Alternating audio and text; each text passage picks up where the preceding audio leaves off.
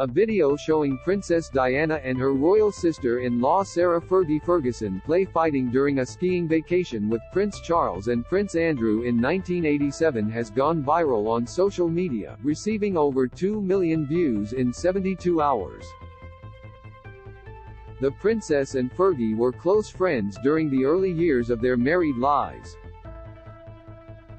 However, the pair are reported to have fallen out by the time of Diana's death in a 1997 Paris car crash. Seen as the naughtier members of the royal family in the 1980s, Diana and Fergie made headlines whenever they were together. Journalists were eager to spot them misbehaving, one example being an occasion at Royal Ascot in 1987 when they were photographed jabbing a member of their party's backside with their umbrellas.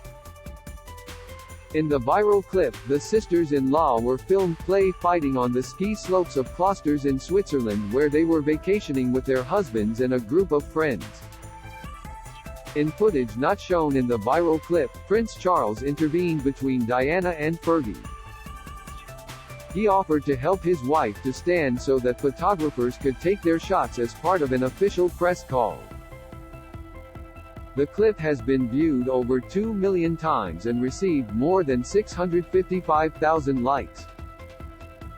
Many of the 500 comments praise the princesses and highlight the unamused looks of their husbands. The way they both stared at Diana and Sarah, one user wrote. "I can hear Diana laughing," wrote another, with a further commenter adding, "Their silliness was amazing. They always got into trouble together." During the 1980s, Diana and Charles went on a number of skiing vacations and were often accompanied by Andrew and Fergie. In 1988, Fergie was with the couple when an avalanche occurred at the Swiss ski resort they were staying at, endangering the life of Charles and killing friend Major Hugh Lindsay. The event was depicted in the 4th season of Netflix The Crown, where Diana was played by actress Emma Corrin and Charles by actor Josh O'Connor. Diana told her biographer Andrew Morton, for transcripts of her conversations with friend James Colthurst that contributed to the 1992 book Diana, Her True Story, that both she and Fergie learned the news of the avalanche together.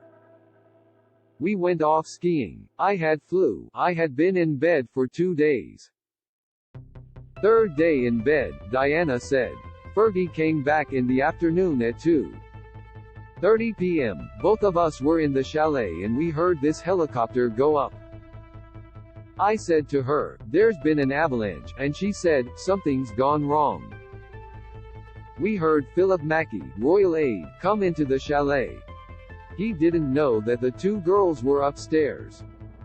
We heard him say, "There's been an accident," so I shouted down, "Philip, what's going on?" "Oh, nothing at all, nothing at all, we'll tell you soon." I said, "Tell us now." He said, "There's been an accident and one of the party is dead." So we sat there, we just sat on top of the stairs, Fergie and I, and we didn't know who it was. Charles, Diana and Fergie traveled back with Hugh Lindsay's body to the UK, where his wife, Sarah, who worked at Buckingham Palace, was waiting. Both Fergie and Diana grew closer together as their marriages failed, with Andrew and Fergie divorcing in May 1996, just 3 months before the divorce of Charles and Diana.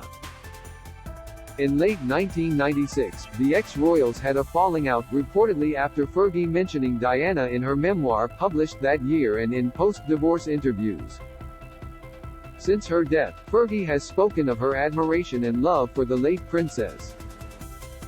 In 2022, she told UK newspaper Metro, "I think of her all the time and especially because she and I were the only 2 who really understood what it was like back in the 80s. The pressure was ferocious and yet together, the 2 of us were powerful.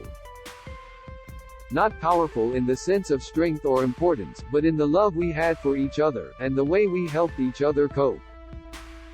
Nobody else is left who understands those days." Today, Fergie lives with Prince Andrew at Royal Lodge, an expansive property on the Windsor Castle estate, Berkshire, England, formerly the home of Queen Elizabeth the Queen Mother. In September 2022, the former daughter-in-law of Queen Elizabeth II was invited to the state funeral of the 96-year-old monarch. She was given a prominent seat behind the Prince and Princess of Wales. James Crawford Smith is Newsweek's royal reporter based in London. You can find him on Twitter at @JrCrawfordSmith and read his stories on Newsweek's The Royals Facebook page. Do you have a question about King Charles III, William and Kate, Meghan and Harry, or their family that you would like our experienced royal correspondents to answer?